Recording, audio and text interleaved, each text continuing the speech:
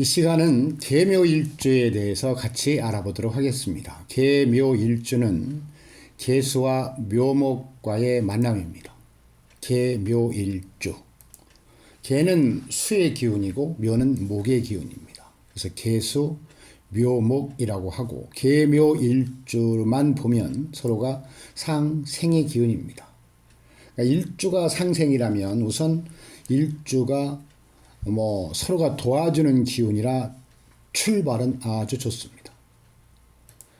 자, 계묘일주의 물상으로 이해해보면 계묘일주는 토끼, 개가 토끼인데 이 토끼가 하얀 토끼가 아니라 검정 토끼입니다.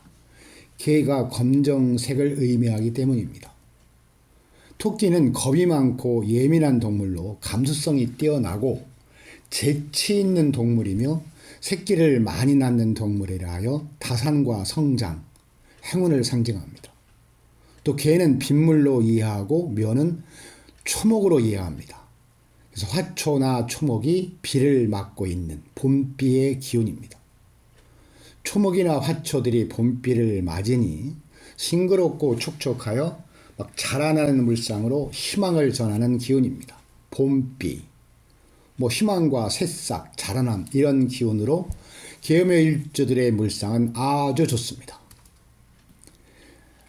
다음 계묘일주의 육친은 식신입니다. 식신은 신이 먹게 해주겠다는 뜻으로 해석하시면 됩니다. 그러니까 식신이란 십신은 육친 중에 가장 길신이라 해도 과언이 아닙니다. 우선 식신은 먹을 복을 타고났습니다. 식신, 먹을 복. 배가 잔뜩 불러서 하여튼 먹는 데는 큰 문제가 없는 육친이 식신입니다. 그리고 낙천적이고 상당히 명랑한 성향을 가진 육친이 식신입니다. 이렇게 우울하고 슬프고 그러지 않고 식신의 육신은 긍정적이고 명랑하다고 봐도 좋습니다. 근데 또 낭만적인 에너지도 식신에 있어요. 그리고 식신의 육친은 표현이나 언어 능력이 아주 좋습니다.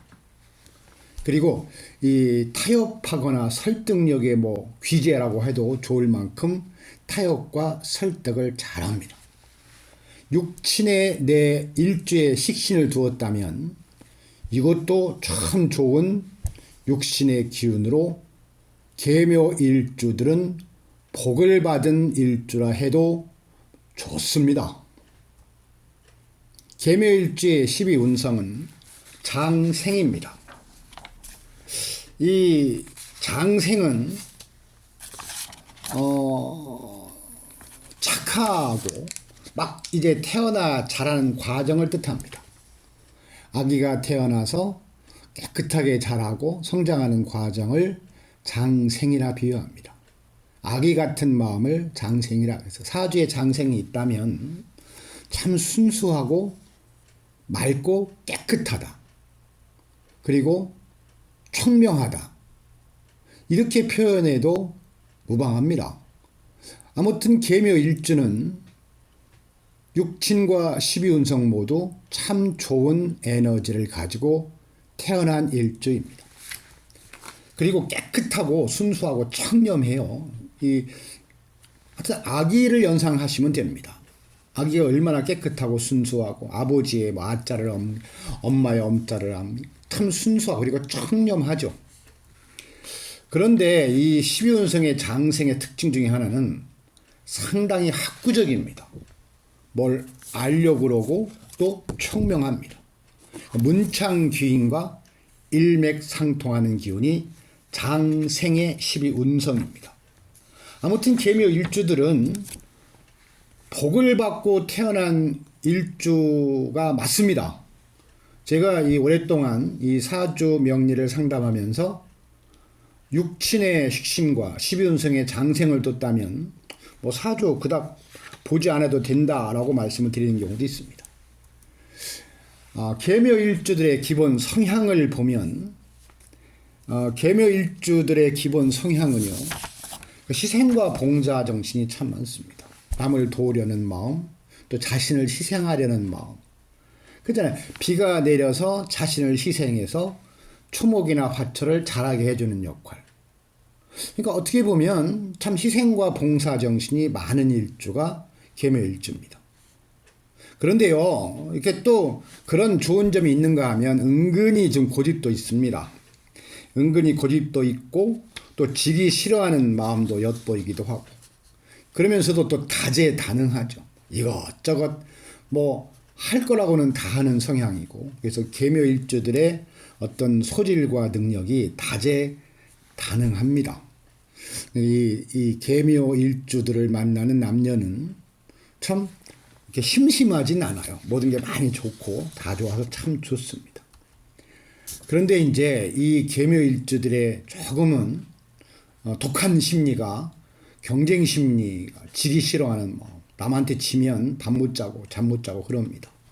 승부욕도 강하고, 이 금의 기운도 승부욕이 강하지만 계묘일주만을 놓고 봐도 계묘일주는 이 경쟁 심리와 승부욕이 아주 강합니다. 근데 이 경쟁 심리와 승부욕을 좋은 쪽으로 발휘하면 성공의 에너지입니다. 근데 경쟁 심리와 승부욕을 다른 쪽으로 이해하면 뭐 질투가 되기도 합니다. 아무튼 경쟁 심리와 승부욕이 뛰어나고 눈썰미도 좋고, 그리고 청명하고 업무를 맡으면 깨끗하게 깔끔하게 처리합니다. 그리고 하여튼 계묘일주들의 신용과 신의 철저합니다. 한번 약속하고 한번 한 말에 대해서는 철저하게 지키는 경향이 있어서 계묘일주들과의 만남에서는 신용과 신의를 잘 지켜야 하겠습니다. 또 호감도가 상승해서 많은 사람들로부터 좋은 감정을 갖고 있는 분들이 계묘일주의 기본 성향입니다. 자, 계묘일주의 직업을 보면 계묘일주는요, 평생 안락한 생활을 한다고 해도 과언이 아닙니다. 평생 안락한 생활을 해요. 참 이 계묘일주들을 보면 이상하게 그렇게 뭐 돈은 엄청 많지는 않아요. 뭐 대벌이거나 큰 부자는 아니어도 빈곤이 없습니다. 그래서 재물벌 가지고 평생 동안 안락하게 생활하는 사람들이 계묘일주들이에요. 그래서 계묘일주하고 결혼하는 남녀는 먹고 사는 데는 별로 지장은 없습니다. 뭐 그렇지 않은 사람도 있지만 하여튼 계묘일주의 직업으로 보면 안락한 직업과 평생 큰 떼돈은 아니어도 돈이 부족함이 없는 일주라고 할 수 있습니다. 이 계묘일주들은 일 처리의 능력이 아주 탁월합니다. 꼼꼼하게 처리하기 때문에 뭐 계획, 뭐 정리, 뭐 교육 이런 일이 참 좋습니다. 그래서 교육이나 언론, 원회 깔끔하고 하여튼 깨끗하게 처리하는 직업들이 맞습니다. 또 이 요식업, 셰프에도 아주 적성을 발휘합니다. 계묘 일주들은 다재다능하기 때문에 뭐 어떤 직업도 빈곤 없는 재물을 갖고 있기 때문에 어떤 직업도 좋지만 교육, 언론 분야, 또 원예 분야, 그다음에 토목, 건축 분야 이런 부분들이 참 좋습니다. 요식업 이것도 상당한 에너지가 있는 직업이 계묘일주 직업입니다. 자, 계묘일주 여자 남자를 보면 이성 간의 인기가 참 많은 일주가 계묘일주예요. 전 계묘일주를 전 공부하면서 물론 장점 단점이 공유하지만 단점보다 장점이 많은 일주가 계묘일주더라고요. 이성 간의 인기가 있다는 건 참 좋은 거잖아요. 막 따릅니다. 그리고 뭐 이렇게 싹 미남미녀는 아니에요. 좀 죄송해요. 미남미녀는 아니어도 참 호감형, 친근감이 가는 얼굴입니다. 부담 없는 얼굴들이 있잖아요. 그런 얼굴들이 계묘일주 여자 남자들의 그 인상, 얼굴형이고요. 근데 좀 문제가 요 계묘일주 남자 여자는요, 자식이 없을 때는 참 서로가 친근 호감하고 좋고 애정 과시하고 참 낭만 있게 활동을 하지만 자식을 낳으면서부터 이 부부 문제가 일어날 수 있는 성향이 있습니다. 그래서 자식을 낳을 때 자식만 애지중지하는 것이 아니라 부부간에도 더 돈독해지는 지혜가 필요한 일주가 계묘일주입니다. 자식 때문에 부부의 문제가 자주 발생하는 일주로 특히 자식 때문에 부부가 떨어지고 헤어지는 경우도 가끔 있습니다. 그래서 자식 문제로 문제가 되는 것을 슬기롭게 이겨내는 지혜가 필요한 일주가 계묘일주입니다. 또 그리고요, 요 계묘일주는 도화의 성립이 됩니다.